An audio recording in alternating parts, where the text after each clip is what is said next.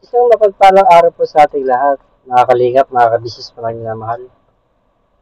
For today's vlog po, gagawa lang po ako ng isang reaction video. Patungkol po sa kumakalat na fake account ng kabisnes official. So yun po mga kabisnes naming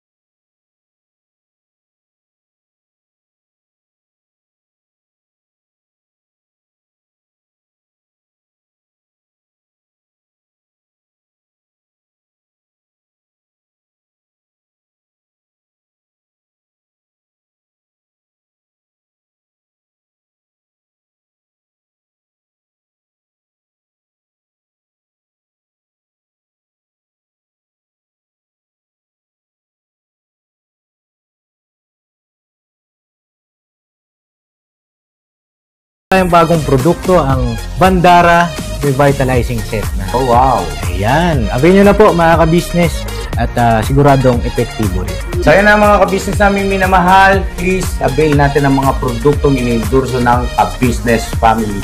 So yun na, tuloy na panonood. Mira, banan! Ito po mga kalingap, mga kabisnes pa lang minamahal. Ito pa, hindi po ito basta-basta.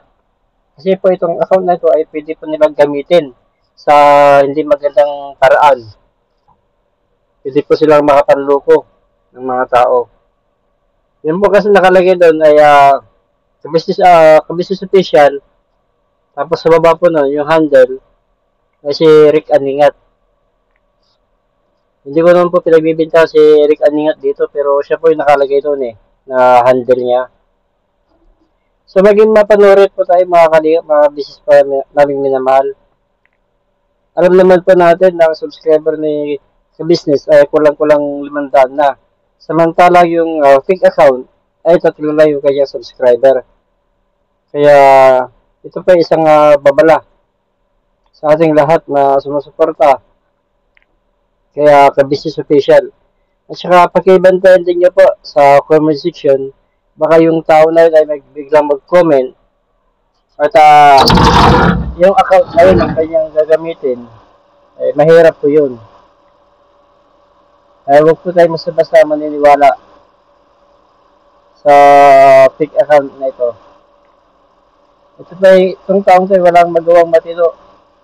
Ang laki po ng inggit niya sa ka-business. Kasi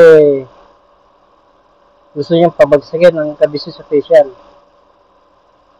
At yun naman pwede. At yun naman po, hindi namin papayagan na mangyari yun. Patuloy po namin babantayan yung account na yan. Kung maaari po sana, kung hindi naman po ito kalabisan sa inyo, baka pwede po natin i-report ang account na fake account na yun. Yung 3 subscriber lang po tandaan po natin. Kasi alam naman po natin yung YouTube channel ni Kabisis Official na kulang-kulang 500 na ang kanyang subscriber. So yun lang po kami. Maging aware po tayo sa ganito. Kasi hindi po ito basta-basta. Hindi naman po natin alam kung ano po talaga yung layunin ng taong yun. At sa tingin ko, parang gusto niya masirain ang Kabisis Official.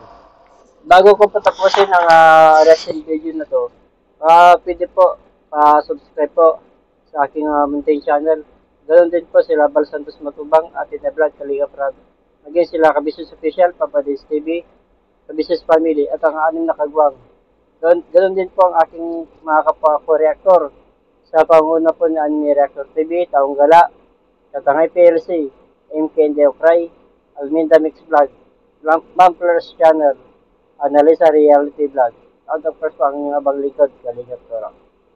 So, ingat po tayo lagi and God bless. Bye-bye po!